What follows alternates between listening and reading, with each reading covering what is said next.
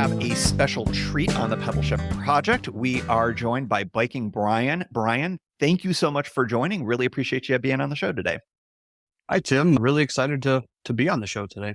Awesome. Well, we are talking today because you do something that I think is, as the old adage goes, Wayne Gretzky scored a lot of goals because he didn't skate to where the puck was. He skated to where the puck was going to be. And I feel like you are skating very much to where the puck is going to be around e-bikes and using them in the bicycle travel, the touring, however, whatever label we want to put on it in that context. So I want to talk so much about what you do. Everybody absolutely go check out Biking Brian on his YouTube channel. Just search for Biking Brian on YouTube. That is the way to do it.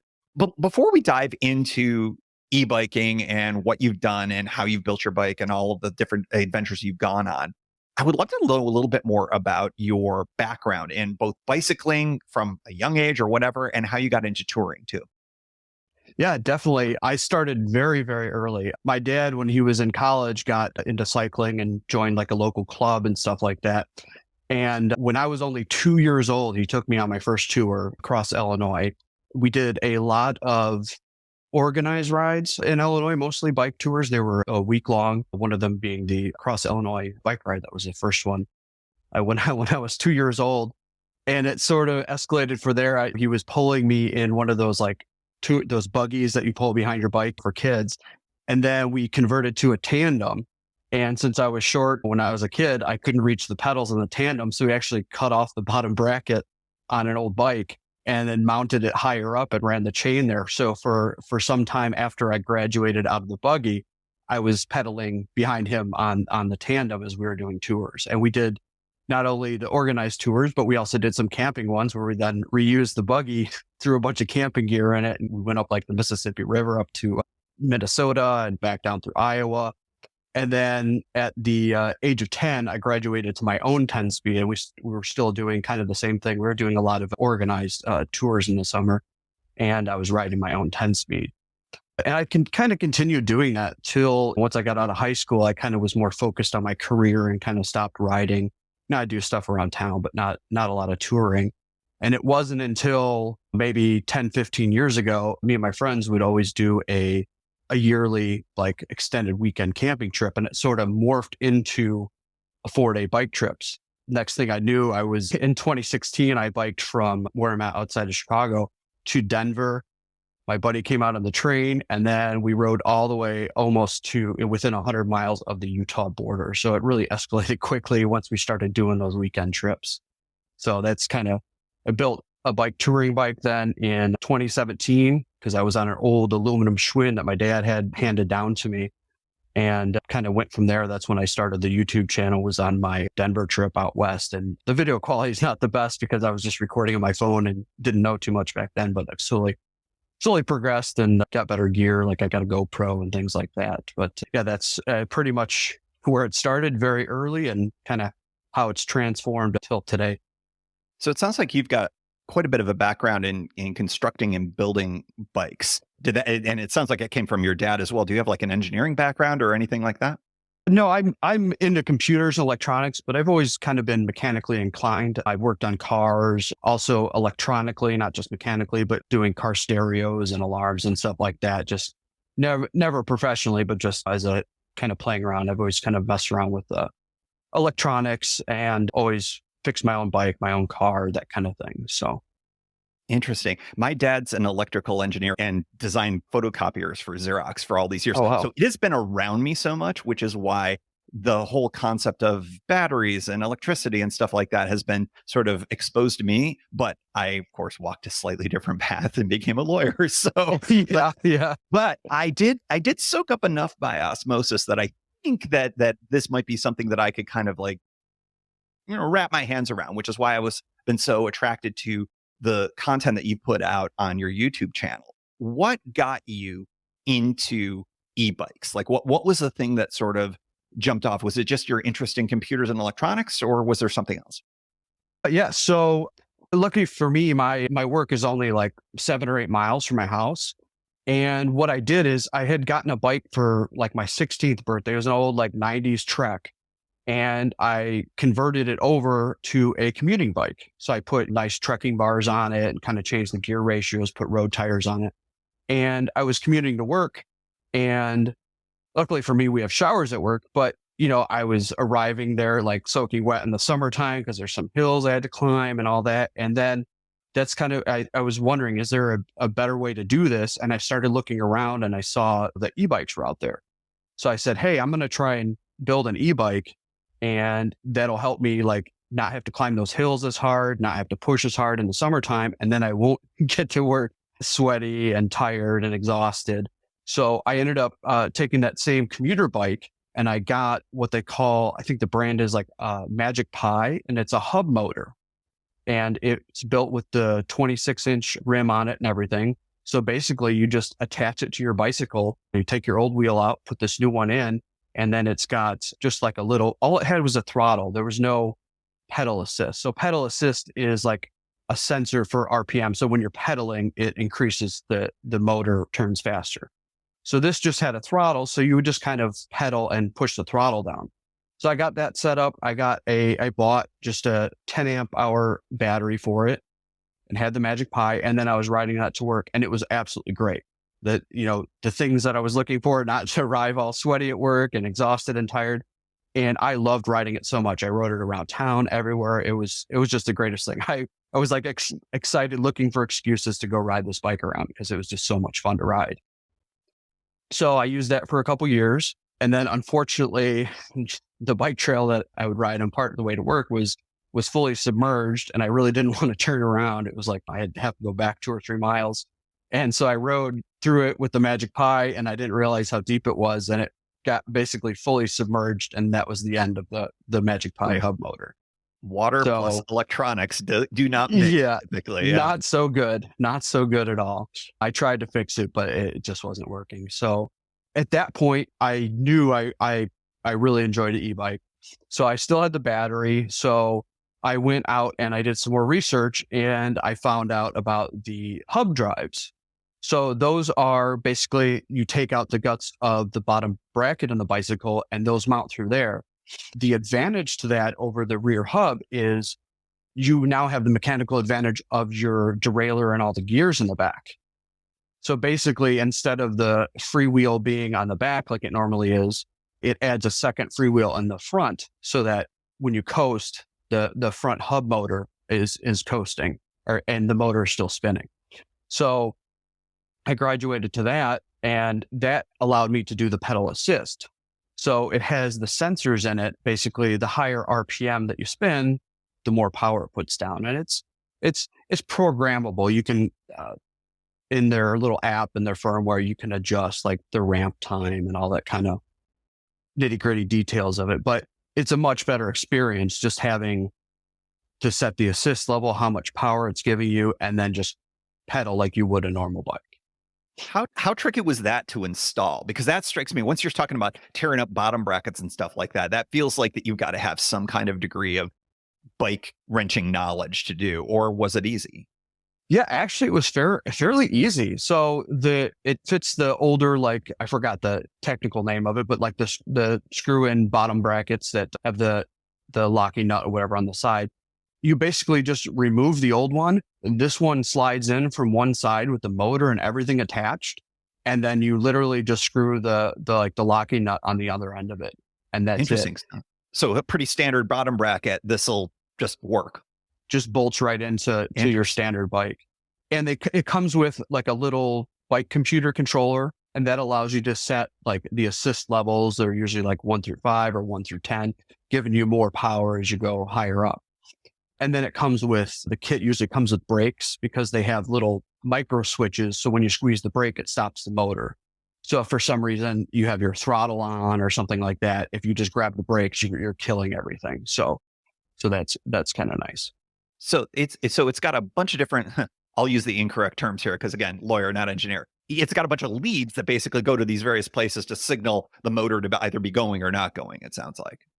Yeah, so it has basically a speed sensor, just like your normal bike computer would. Then it has wires that go to the handbrakes for the kill switches, and then one set of wires goes to your battery, and one that goes to the little little bike computer, and usually they come with either a thumb or a grip throttle. Um, so it's fairly straightforward. You're literally just plugging things in. It's like you can screw on handlebars and take them off. You can do this. You're just basically zip tying them to your bike or taping them up. But it's a fairly straightforward. There's a lot of good videos online on doing that too. It's not quite as simple as the hub motor, but it's still fairly easy. If you're comfortable working on your bike, I think that's a fairly easy Would, upgrade. would you say that if somebody was really interested in doing this, would you recommend that you jump straight to this version, or would you recommend starting off with the hub version first? I'm just curious what your take is. I know the hub motors have sort of advanced. Now they do have sensors and things like that you can attach for the pedal assist. But I really still like the advantage of the hub motor instead. And one of those things, especially regarding touring or anything like that, that hub motor, you've got the wires coming out of the back of it because the motor is inside, literally inside the hub. And usually they're not quick release, they're bolted on. And so it makes it a little bit difficult if you have a flat tire. It's a little bit more to work on to get the bike off. You got to carry some extra tools with you for that, and just getting that wire and everything finagled in. I know I fought with mine a few times when I had flat tires, and just the mechanical advantage of the gearing is very nice too in the hub motor. Interesting. That's all really interesting. Now, the other thing you mentioned that is probably worth adding in here is there are a variety of different types of e-bikes out there, but the controlling element of the whole thing is often throttle versus pedal assist. Your rig has both. Is that correct? Yeah, and most of the kits that come out have both. And I'm an advocate. I have no shame in using the throttle, but I'm also not like tooling around like a motorcycle or a moped either, just on the throttle. It is kind of nice. Like if say you're on an incline or something, you're taking off from a stoplight and you want to get across the intersection, it's nice to be able to give a little boost. I've even used it. I've had dogs chase me and I just instantly hit the throttle to go a little faster and get away from that situation. One big thing too, when I'm cruising or coasting, like my whole thing on the e-bike is we'll probably get into later on going long distances is maintaining that speed too. I want to do that 18, 20 miles an hour. And when if I coast, I'm going to immediately slow down to like 10, 8 miles an hour. So I will use the throttle and just kind of maintain my speed while I'm coasting or resting a little bit, and then just regain and keep pedaling. That's interesting technique then. Yeah. So you're not going to be pedaling every single square inch of the whole thing. So when you do need to coast or want to coast, you've got the throttle to maintain that speed. That makes sense. Yes. I want to talk a little bit more about your build because I'm super fascinated with it. You went with, I think, a 52-volt battery setup, which is larger than I think that you would see mostly in a lot of the commercially available e-bikes that are out there. Why did you go with 52 volts? Also, what's a volt? Well, without getting into the technical details of it, regarding the e-bike with the voltage, the higher voltage you have, the more power is available and the higher RPM the actual motor is going to spin. So basically that going from 48 to 52 volts, I would say 99% of all the hub motors, the mid-drive motors that are 48 volt, their electronics are good usually to about 60 volts. Oh, nice. So you're typically safe running the higher 52 volt battery because they're safe. When they're fully charged, they're like 58.8 or something like that. So you're well within that range. You've got a little bit extra power if you need it for climbing the hills, if you got a headwind. But the advantage is too, if you don't use that extra power, it's just gaining you more. You've got more gas in the tank. You can go further distance. So you can get a longer range out of it. So it's got multiple benefits to it. The only real disadvantage is, obviously, if your bike doesn't support it, but most do. The only disadvantage is it's a little bit larger. But if you went with a larger capacity 48 volt battery, it's going to be a little heavier too, or a little bigger as well. Right. That was sort of like the sweet spot that you determined when you were kind of looking at all of these things. Yes. A little bit more about your charger, because again, folks, if you want to check out Brian's YouTube channel, because he shows all of this, but you've promised, I think, a spec video, but I'm not sure if I've seen it yet. So I have, and I've done some recordings, but I just have not. It's hard to sit down and just go through everything because I forget about something. I want to re-record things.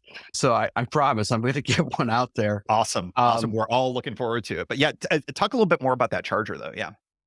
Yeah. So basically, I'll take a little step back. And when I started, it was during the pandemic. I was looking at, hey, I love these bike tours, but typically I can only take like a week off of vacation for work. I'm only allowed a certain range because of that on my regular acoustic bike. So one of the things I was looking at with this e-bike, my old battery was kind of wearing down. It only had like a 20-mile range. So I was looking to go with a larger capacity battery. And then I started thinking about this e-bike touring thing. And one of the goals I had was, hey, what if I can do 2 to 3 times the distance I would do on a regular bike on this e-bike and cover more ground? So I could basically have like a 3-week long bike tour as far as distance goes over the course of just 1 week. So one of those things is I had to be able to charge fast because during the day, I mean, the battery pack I built is good just in perfect conditions for like probably right around 150 miles, but there's never perfect conditions. So one of the things in order to do that 2 to 3 times a regular touring, just so instead of doing 55 miles and doing 100 or 150, is to be able to charge fast. And when you've got a smaller battery pack, you can't charge them fast. They have a thing that's called a C level, and it's both like discharge and charge. Like the normal kind of accepted range is 20%. You don't want to charge faster than 20% of the capacity of the battery. So keeping that in mind, if you have, let's say like a 15 amp hour battery pack, the safe charging for that is about 3 amps. So if you're charging at 3 amps for 1 hour, that's only going to get you like 8 or 9 extra miles. Right. So building a larger battery pack, I'm able to have a higher amperage to charge the battery. So the C level is much higher. My 50 amp hour battery pack, I can safely charge at 10 amps. So that's a lot more than 3 amps. And then you can go a little over that. So basically, I got a fast charger that does 15 amps. So that's a little over the accepted safe level. And by safe, I just mean it's not going to do damage to the batteries or things like that. But if you only do it every once in a while, it's not a big deal. So I got a 15 amp battery charger, and that's a little higher than the accepted 20%. But I only do that during the day for a quick charge for an hour or two. And basically, by charging at that higher level, I'm able to get at 15 amps, I'm able to get another about 45 miles of distance for 1 hour of charging. So when I'm riding during the day, about the 60 to 80 mile mark, I start looking for a place. It's usually time to get off the bike anyway. You've been sitting on it for a couple hours. So I always look for a place to charge. And I don't like doing it at commercial places or things like that. Like I try not to plug in at like a gas station, take out their ice machine or something like that, because it is a higher wattage charger. So I usually look for like city parks and things like that. So I'll stop somewhere, and because I have the luxury of being able to go another 20 miles, no big deal, I won't stop if I need to charge unless there are outlets there. Because if I'm going to spend an hour eating lunch or resting, I want to make sure that I'm charging. Yeah. So with that 15 amp hour battery or the 15 amp charger, I'm able to get those 45 miles, and I can just sit there, relax, have my lunch, etc., and gain some more mileage for the day. And it's a pretty good size. It looks like it's about the size of maybe a couple of bricks side by side together, standard bricks. Is that about right? Yeah, it's basically, I have 17, I think it's a 17 liter pannier in the front, and that's what it goes into. And it literally fits the entire thing. So during the pandemic, when I was researching this and deciding like, hey, how am I going to do this? How am I going to get a larger capacity battery? I looked around, and some places had larger ones like 30 amp hour, 25 amp hour, et cetera, but no one had a really large one where I could do that fast charging. So I actually ended up finding a book online, and I think they also have YouTube and videos and stuff like that, but it was like DIY lithium batteries. And that's where I really learned everything about like how to arrange them in series, et cetera, and parallel, and how to build them, how to how to test them, like Hmm. the voltage and all that. So I researched that, and I ended up finding typically e-bike batteries use those like 18650 lithium ion cells, and they're great. They work good, but their capacity, you can only get a like 3500 milliamp is the largest capacity cell.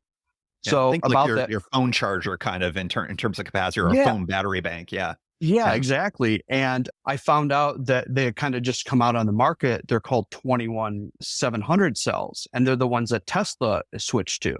Hmm. And they're only slightly larger, but the capacity of them was 5 amp hours. So I could build a larger capacity battery pack with those little bit larger cells and not have to have as many batteries in there, and make it a little, actually ended up being a little smaller than it would be with those smaller cells. So I ended up getting, like, after reading the book and everything, I got a little tiny Arduino like spot welder that connects to an RC battery pack, some strips of nickel, and I just started putting these things together and testing everything out. And they have these little tiny like plastic brackets that you can slide the batteries to and sort of interlock them together like Legos. So Right. that's literally what I did. I put the batteries in these little like plastic Lego pieces, took the nickel strip and my little RC car battery and the spot welder, and welded the cells together from what I had learned, and then wrapped it in shrink wrap. So And that's if this all sounds really complex, but you're intrigued, everybody just Google this and go into YouTube, because there's a ton of different battery production where folks will buy these cells that Brian was just talking about that used. They're well, they're used. They're not spent, because most of them are often very good. They break apart these things, get to those individual cells, and then they rebuild these larger packs, doing exactly what Brian just described with the welder and the nickel and all this other stuff. And Legos is exactly the right way of putting it, because it looks like a big Lego project. Yeah, and these individual cells I got are actually brand new. Yeah, you can definitely go the used route and get those. I know there's a couple online retailers that do that, but these are actually brand new cells from just a website that sells batteries. Yeah. It's just they happen to be the exact same that Tesla uses in their I model. think the reason why I mentioned the used one is because there's a guy that was building an electric VW or something like that. Basically, was Yeah, creating basically trying to create his own Tesla battery, or recondition Tesla batteries, and was able to kind of put in these new cells to do it. It's awesome to think that we can do that for a bicycle, though. yes, yeah, yeah. I know exactly what you're talking about. What channel that is? But Yeah, it's the British yes. guy with the hair, right? Yeah, yeah. Yeah, that guy. I can't remember the dude's name, but he's interesting. I love how you talk about analog bikes. That, by the way, that is just, I think that I'm going to start using that for all non-electrical bikes, because I just love the name of it. How do you feel? You mentioned that you'll do a 150-mile day on this bike. How do you feel physically at compared doing a 150-mile day, or like one of these double days that you're capable of doing on your e-bike, versus an analog bike 50 or 60-mile day? Does the physical output feel about the same, or do you still feel fresher? How does that feel typically for you? Yeah, so I mean, it really depends on the individual, but for me, like the effort that I'm putting in, I'd say it's about half. So if I'm doing 100 miles on my e-bike, that's about the same as a day of 50 miles on my regular acoustic bike or Right. analog bike. So it definitely depends on the input that you're putting in, and of course, you got the luxury when you're on an e-bike that you can take it a little easier, et cetera. But so it all depends on the individual. But yeah, the effort I put in, it feels about, I could do about twice the distance on the e-bike and feel the same. So if I do a Gotcha. 140-mile day, it feels like a 70-mile day on the touring bike, So and it this is, takes the you are same time. putting in effort. Yeah, yeah. These Yes. rides are not like, oh, you're just hitting the throttle, sitting back and going. You're putting in the same amount of effort that you would put in on a typical touring bike day. So, and that was my impression based on watching all of your stuff, and the fact that this was more pedal assist, and you were conserving the juice that you had in your pack. So that makes a ton of sense. Is that, from your perspective? And I think this is what's been a limiting factor when I've been looking at e-bikes, because I haven't felt confident enough to kind of jump in and build my own battery and do effectively what you've done. When you're looking at range, tell me if you agree with this. I don't think that there are currently available bikes that I've seen that have the range that we need and the power that we need for bike touring type of distances that you could just buy off the rack. That we're still in a place where you need to kind of do what you've done and go with the 52-volt, build your own battery pack, have that fast charger. Am I crazy, or what's your take right now on that? Yeah, I think you're definitely right there. There are probably some one-off places that build them, but yeah, off the shelf stuff. And it really depends on the distance you want to go, because the further that you're going, the faster you need to go to do that with, unless you like riding in the dark, but I don't. So a lot of the commercial available bikes have a little bit lower battery capacity. I have a friend of mine that literally just bought like a store bought e-bike, and he got a 15 amp hour battery, and then they had some deal. He got a second one, and we're planning on probably doing a trip or so next year. And I think it'd be totally doable with that, with just the batteries that came with that. We might probably not going to do charging during the day, but with those two batteries, we should be able to maintain, 16, 18 miles an hour and probably do, 75, 80 miles in a day. Yeah, it's not the 100, 150. Right. But the best thing is too, if you start running low, you can conserve, just don't go as fast. Or worst case, you're on an e-bike. If you run out of battery, it turns into a bicycle. So Yeah, and that's a good point, because a lot of these bikes are reasonably decent bikes, even when the e-assist or the battery is done. A lot of them aren't. If you're in a lot of yeah, the cities with these are tanks that you would not want to be pedaling otherwise.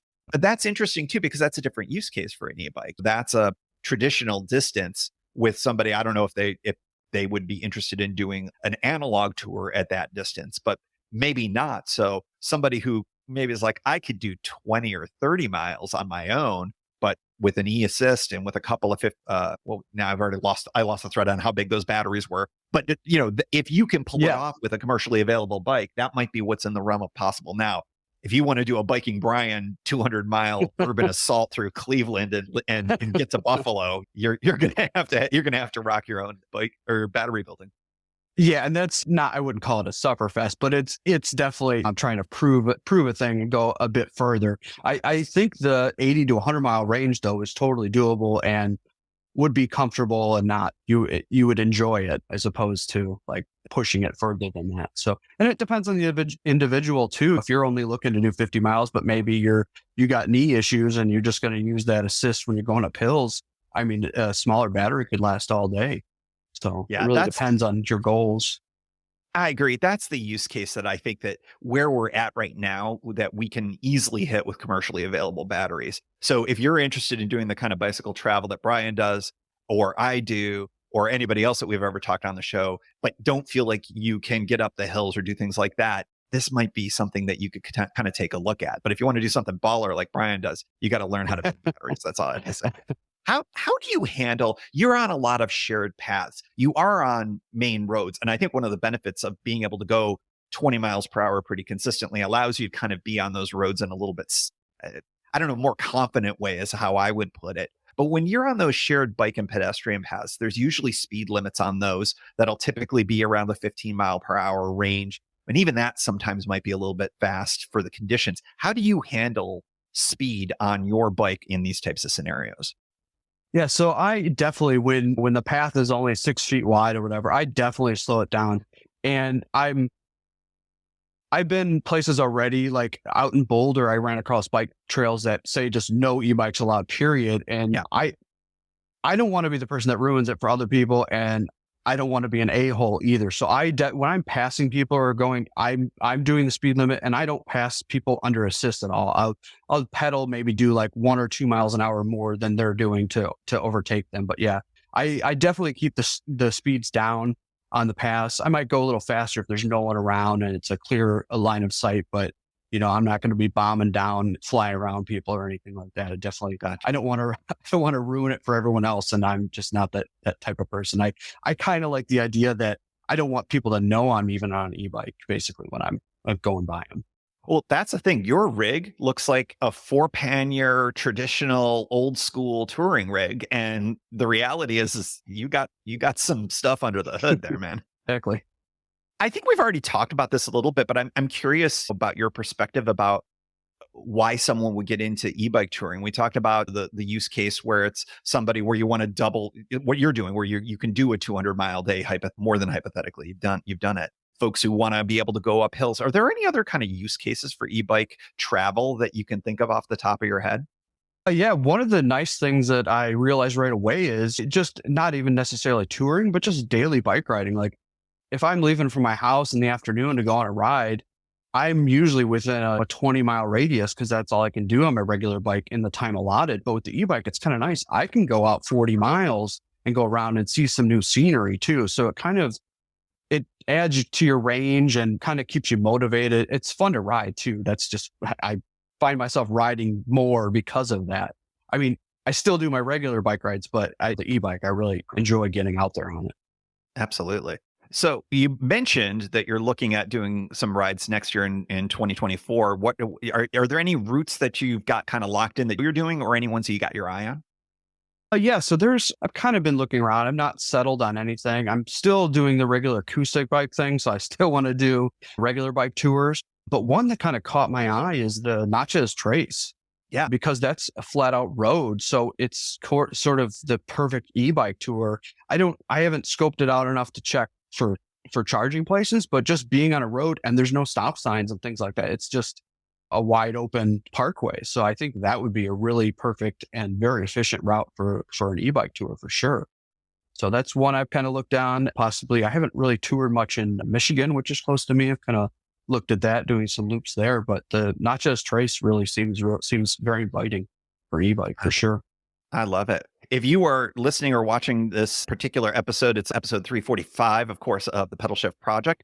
Make sure you check out Brian's current video series that's up, because he's literally rolling through Western New York as we are sitting here recording. So I'm looking forward to that episode on your way to Boston, right? It was Yes. Chicago to Boston, or Indiana to Boston, basically. Yeah, Indiana to Boston. I really didn't want to ride through Chicago, so I started just a little bit Indiana. And that was probably a wise choice when all was said and done. That's amazing. Well, I'm really enjoying this series. I mean, I have so much connection to a lot of the places that you're rolling through, so I like seeing that too. But as I think everybody who's listening or watching has figured out, I am super intrigued by all of this. So I really, really am grateful for you to being on the show and talking about your experience and showing what we're capable of now in 2023. And I have a funny feeling that what you've got is going to be more widely available to folks without your prodigious electronic skills down the line. Yeah, so sure. This is the future. I really do think that this is the future for some. Analog bikes are always going to be there, but this is what's going to be in the realm of possible for a lot of us in the near future. So Brian, thanks so much for joining and talking about it. Yeah, thanks so much for sharing this, Tim. I appreciate it.